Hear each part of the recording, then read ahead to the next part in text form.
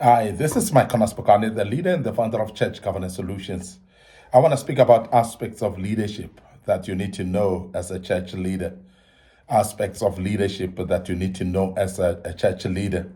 And I want to speak about this just for the next few days that are coming, because it's very important to really touch on the aspect of leadership in churches so that we may understand what actually are the aspects of leadership when you are a leader in a church so that you may be able to lead well.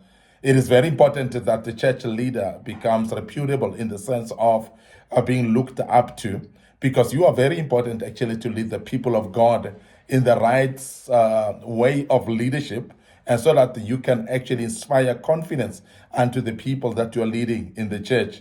And these are the aspects that we want to speak about just for the next few days. And I hope that will help you as we speak about this. Now, the first thing that I want to just bring about now, that as a church leader, you need to know that true leadership is an attitude rather than just a title. Because it's very important for us to know that title actually doesn't actually do the work. And that is the reason why many people I know that they push for leadership in churches, because they think that this is just a title. But we want to present to you that leadership should not just be a title, but it must be an attitude that you adopt, particularly in the church setup, whereby your attitude should show that you are the leader indeed. And this is very, very important. And it cannot be just that you're looking at the title to be known that you are an elder, to be known that you are an associate pastor or so. But it is very important that you know that it is very pertinent that your attitude as well align with a type of leadership that you should be in the church.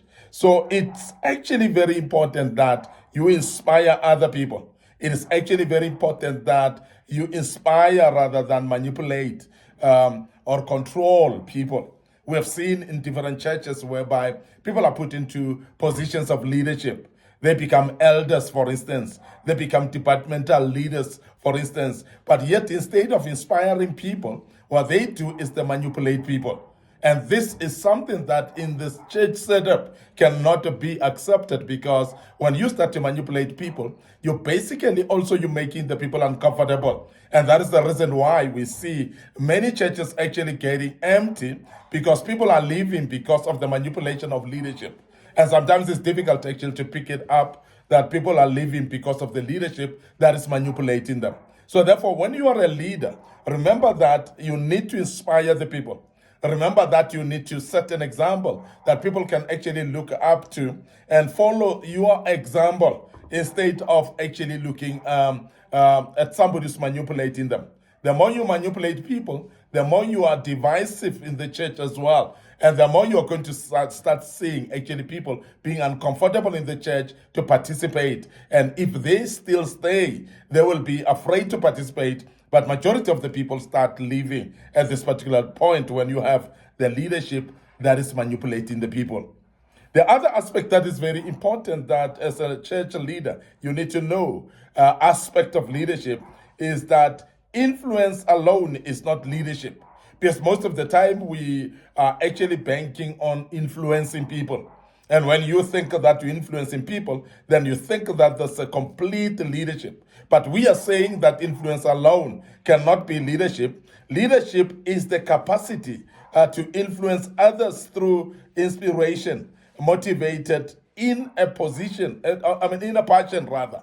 Now, this is very important that you look at influencing the people through the inspiration that is actually motivated by passion.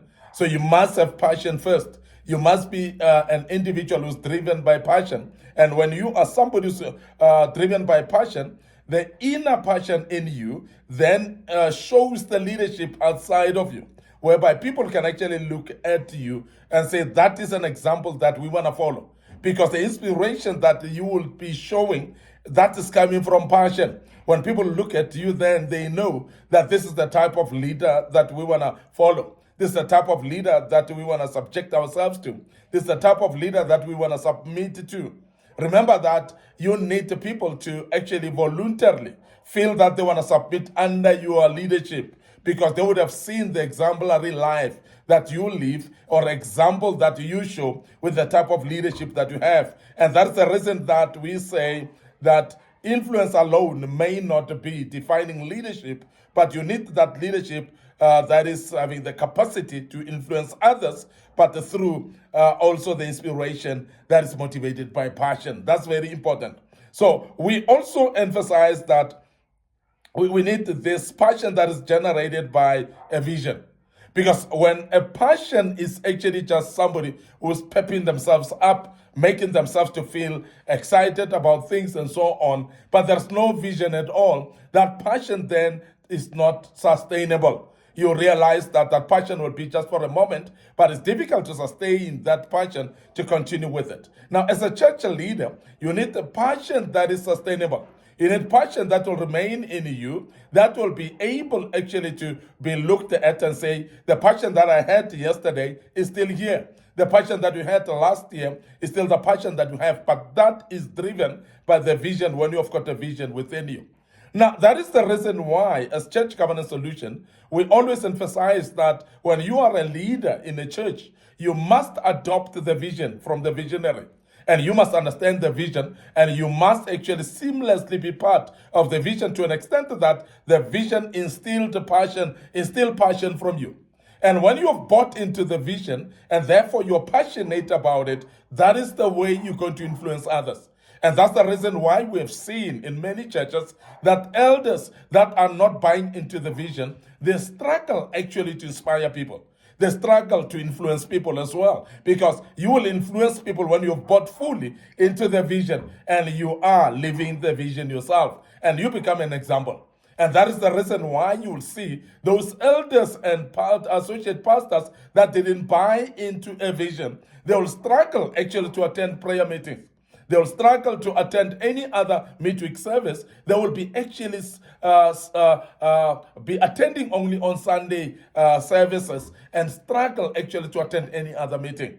They will actually struggle also to participate and to make a very, very meaningful impact into the church itself and unto the members as well, when they didn't buy into the vision. And that is why the vision then becomes very important, that the vision should actually generate the passion. And when the vision has generated the passion, that passion then becomes sustainable. So we speak about the vision produced by a conviction that is ignited by the purpose that you have. In other words, even if the vision is not yours, but it must be generated by the purpose that you have, because you've got a purpose as an individual. And we emphasize the fact that each and every one has got a purpose, and your purpose should actually be in line with the vision within the house, with the vision within the church when you're submitting. Because this is very important. When you are in line with the vision and your purpose is actually resonating with the vision, you are going to be setting an example of good leadership. And you are going to be influential enough to an extent that everybody will look at you as an example and they want to follow the trend that you are taking. This is very important that we emphasize that. Another aspect of leadership that you need to hearken unto as a church leader is to know that leadership is not a pursuit, but is rather a result. So in other words, you don't pursue to become a leader. In other words, you don't force yourself to become a leader, but it becomes something that is, you act it, you do it, and as you do it, then it produces results that are called leadership. Because you would actually be able to drive projects within the church. You'll be able to make sure that you influence people towards positive direction in the church. And as you do so, the result that will come out of that is good leadership, or it may be bad leadership, depending on what you're doing. So therefore, leadership is not a pursuit at all. Leadership is not something that you chase after, but leadership in the church should be known that it is something that is an end result of what you do in the church. So if you are a leader in the church, whether an elder or maybe a departmental leader, you could be an associate pastor as well. Please just remember that leadership is not a pursuit. It's not something that you chase after, but it is rather something that is a result of what you do every day. I want to end up here today. Your host, Micornus, Phokane, the leader and the founder of Church Governance Solutions. We hope this is actually aligning you and making you to understand that there are aspects of leadership that you need to hearken onto as a leader in the church, and that will help you as you follow this. This was part one. Of course, we want to invite you to join us as we deal with part two tomorrow. And also, we want you to join us on our social media platforms, the Facebook page, Church Governance Solutions, and our Facebook page, Micornus Phokane. So like those pages, please follow us there as well. Don't forget our YouTube channel as well, which is under Young Men Empowerment Forum and Micornus Phokane. So please subscribe to the YouTube channel. Please click notification button as well so that you may be notified of any video that we post thereafter. Our TikTok account, very busy as well. So, and I want to urge you to please follow us on our TikTok account under Micornus Phokane as well. That will help you, and that will be something that is very necessary for your church and for your leadership as well. Allow us to check out right here till we meet tomorrow with the next part of this great topic. May the good Lord bless you, and allow me to check out right now and say cheers for now.